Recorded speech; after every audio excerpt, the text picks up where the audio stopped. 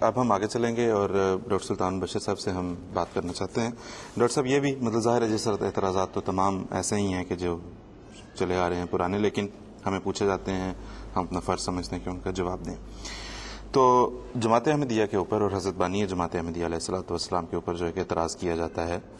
بغیر کسی دلیل کے، بغیر کسی بیک گراؤنڈ کے، صرف ایک جملہ بول دیا جاتا ہے کہ مرزا غلام احمد صاحب قادیانی اور ان کی جماعت انگریز کا خود کاشتہ پودا ہے.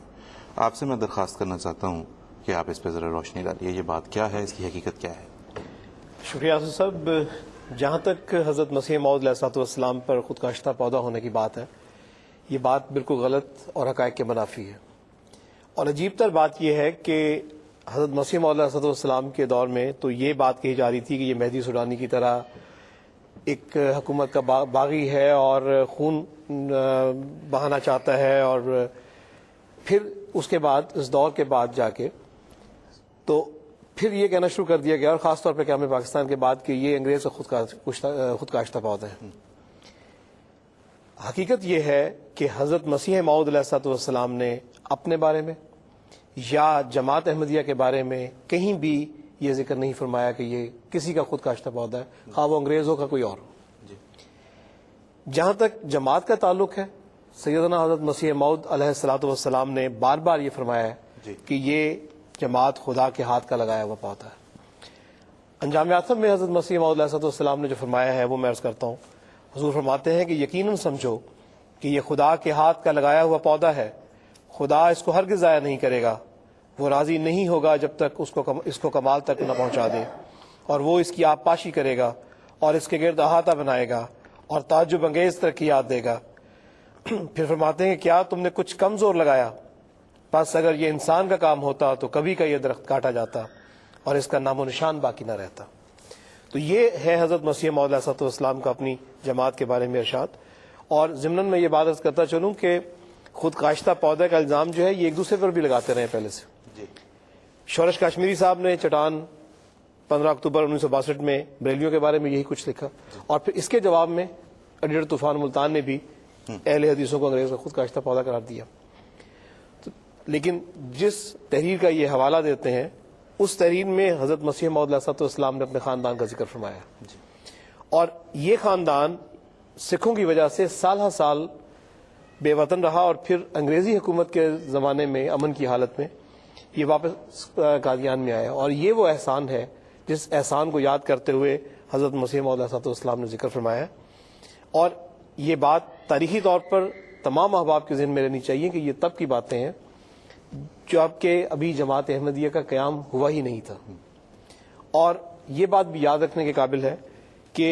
اس خاندان کے اندر سنی اور اہل حدیث لوگ شامل تھے، ابھی جماعت کا قیام ہی نہیں ہوا تھا. رہ گئی بات یہ، اس سوال کا ایک دوسرا پہلو یہ لیا جاتا ہے کہ جی حضرت مرزا صاحب نے انگریز کی تعریف کی ہے اور خوشامد کی ہے، نعوذ باللہ من ذالک، اور بہت غلط الفاظ اس بارے میں استعمال کیے جاتے ہیں. اس بات کو میں اپنے ناظرین کے لیے یہ واضح کرنا چاہتا ہوں کہ حضرت مسیح علیہ الصلوۃ والسلام نے عیسائی مذہب اور انگریزی حکومت کو علیحدہ علیحدہ رکھا ہے. اور جہاں تک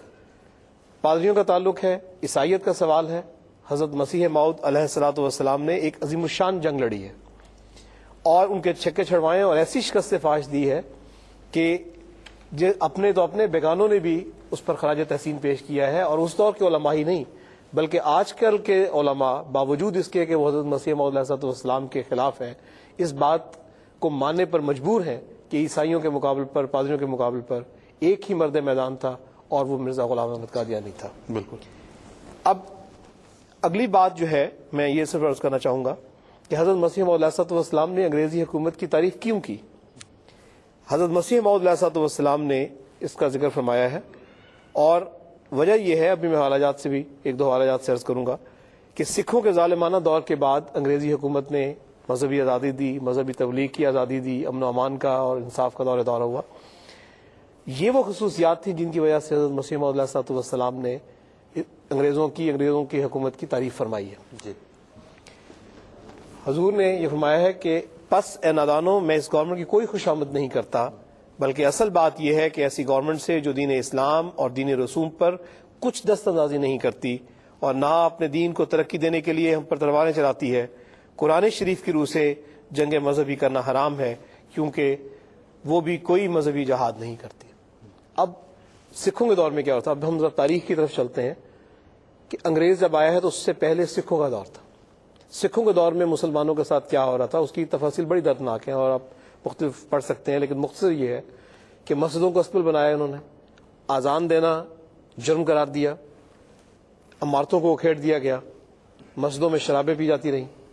یہاں تک لکھا ہوا ہے کہ مہاراجہ رنجیت سنگھ مسجد وزیر خان لاہور میں اس کے مینار پہ ایک طوائف کو لے کے چلا گیا اور سارا دن عیش و عشرت میں وہ مصروف رہا وہاں پہ۔ تو یہ مسجدوں کے ساتھ اور مسلمانوں کے ساتھ ہو رہا تھا، اور جو بربادی ہوئی ہے اس کی تفصیل مختلف بکس میں پڑھ سکتے ہیں۔ ایک بک میرے سامنے ہے، book of readings on the history of the Punjab, جو اکرم علی ملک صاحب نے لکھی ہے، اور یہ پنجاب یونیورسٹی نے آفیشلی شائع کی ہے لاہور سے۔ اب ہم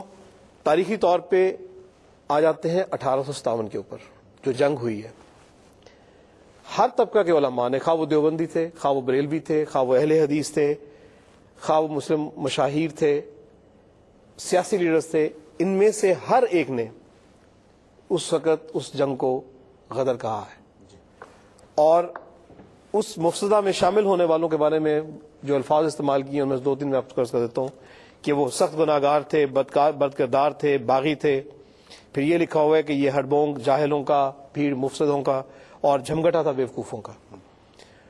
وغیرہ وغیرہ۔ تو انگریزوں سے جہاد کی ممانعت میں صرف ہندوستان کے علماء ہی نہیں بلکہ مکہ اور مدینہ کے حنفی، شافی اور مالکی مسلک کے جو مفتیان ہیں انہوں نے بھی اس کی تائید میں اپنے فتوے جاری کیے ہیں۔ اور حضرت مولانا قاسم نانوتوی صاحب کے بارے میں تو سب جانتے ہیں کہ وہ باغیوں سے لڑتے پھرے، اور شیخ الکل اہل حدیث جناب مولوی سید نذیر حسین صاحب کے بارے میں آتا ہے کہ انہوں نے اور ان کے متعلقین نے انگریزوں کی جان بچائی ہے، اور پھر اس کے بدلے میں ان کو انعام دیا گیا ہے، انگریزی حکومت نے ان کو انعام دیا ہے۔ تو یعنی اتنی تفاصیل ہیں 1857 کی کہ یہ سلسلہ جو ہے یہ جاری رہا ہے اس کے بعد بھی۔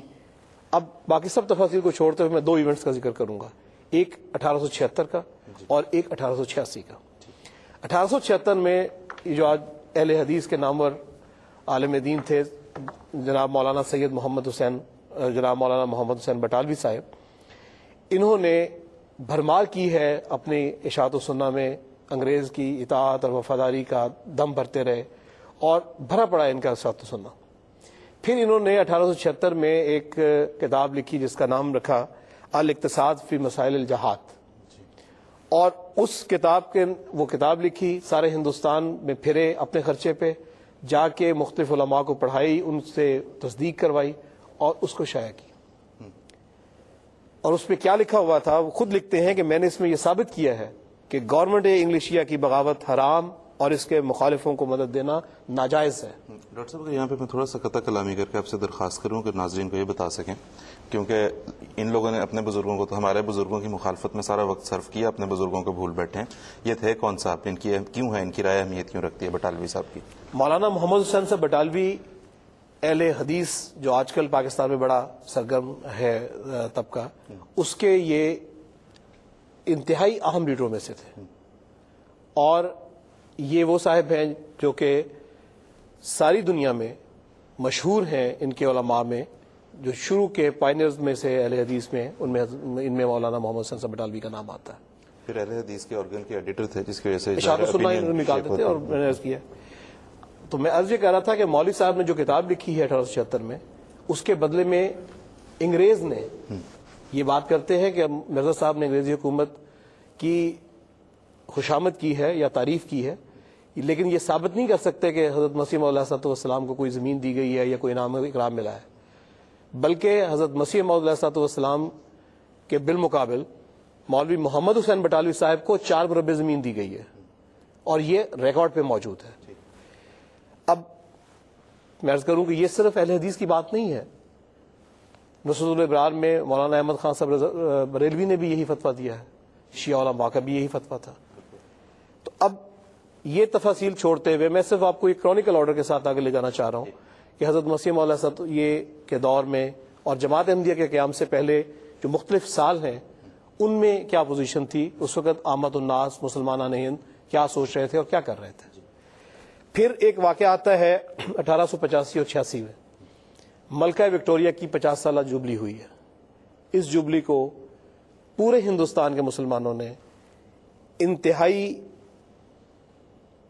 شاندار طریقے سے منایا، اور تعریف و تحسین کا ایک باب قلم بند ہوا ہے. اس میں دعوتیں کی گئیں، چراغاں کیا گیا، ایڈریس پیش کیے گئے، انگریزی حکومت سے اپنی وفاداری اور نیاز مندی کا اظہار کیا گیا، عقیدت کے پھول نچھاور کیے گئے، اور حکومت انگلیشیا کی برکات کو قائم و دائم رکھنے کی دعائیں کی گئی. اور اس میں بھی سب سے زیادہ جو گروہ سب سے زیادہ آگے تھا وہ اہل حدیث تھے، اور انہوں نے ایک ایسا ایک وسیع اور بلند دروازہ بنایا جس پر سنہری الفاظ سے یہ درج تھا کہ دا اہل حدیث وش ایمپریس اے لانگ لائف، اور نیچے لکھا ہوا تھا کہ دل سے ہے دعائے اہل حدیث، جشن جوبلی مبارک ہو. اور پھر جو ایڈریس پیش کیا گیا ہے اس کا آغاز اس طرح ہوتا ہے: بحضور فیض گنجور کوئین وکٹوریہ ملکہ گریٹ برٹن و کیسرا ہند بارک اللہ فی سلطنت ہا. ویسے تو پاکستان میں کسی اور کے لیے حضور نہیں کہا جا سکتا، لیکن یہاں انہوں نے ملکہ برطانیہ کے لیے بحضور کا لفظ استعمال کیا، اور اس میں آگے پیچھے بحضور کا لفظ کافی دفعہ استعمال کیا گیا ہے. تو اس ایڈریس میں یہ باقی باتوں کے علاوہ یہ بھی کہا گیا ہے کہ اس جماعت کو صرف اور صرف حکومت برطانیہ کے زیر سایہ مذہبی فرائض ادا کرنے کی آزادی حاصل ہے، دوسری مملکتوں حتیٰ کہ اسلامی مملکتوں میں بھی یہ آزادی حاصل نہیں ہے. اور جیسا کہ میں نے عرض کیا ہے یہ ساری بات 1885-86 کی ہے، یعنی قیام پاکستان قیام جماعت احمدیہ سے بھی 3 سال پہلے کی. اور ان جماعت کی بنیاد رکھی گئی 1899 میں. تو حیرت ہوتی ہے اس الزام پر کہ ایسے ایسے وفاداروں کی موجودگی میں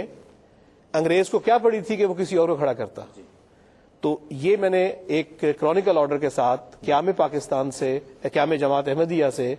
پہلے کی بات کی ہے 1886 تک. بالکل ٹھیک. اب اس پہ میں اگلے ایپیسوڈ میں انشاءاللہ تعالیٰ آپ کو یہ بتاؤں گا کہ مسیح موعود علیہ الصلوۃ والسلام کی زندگی میں اور وفات کے مان بعد مسلمانان ہند کا انگریز کی گورنمنٹ کے بارے میں کیا تاثر تھا اور وہ کیا کہہ رہے ہیں. بالکل ٹھیک ہے ڈاکٹر صاحب. یا آج کے پروگرام میں اگر وقت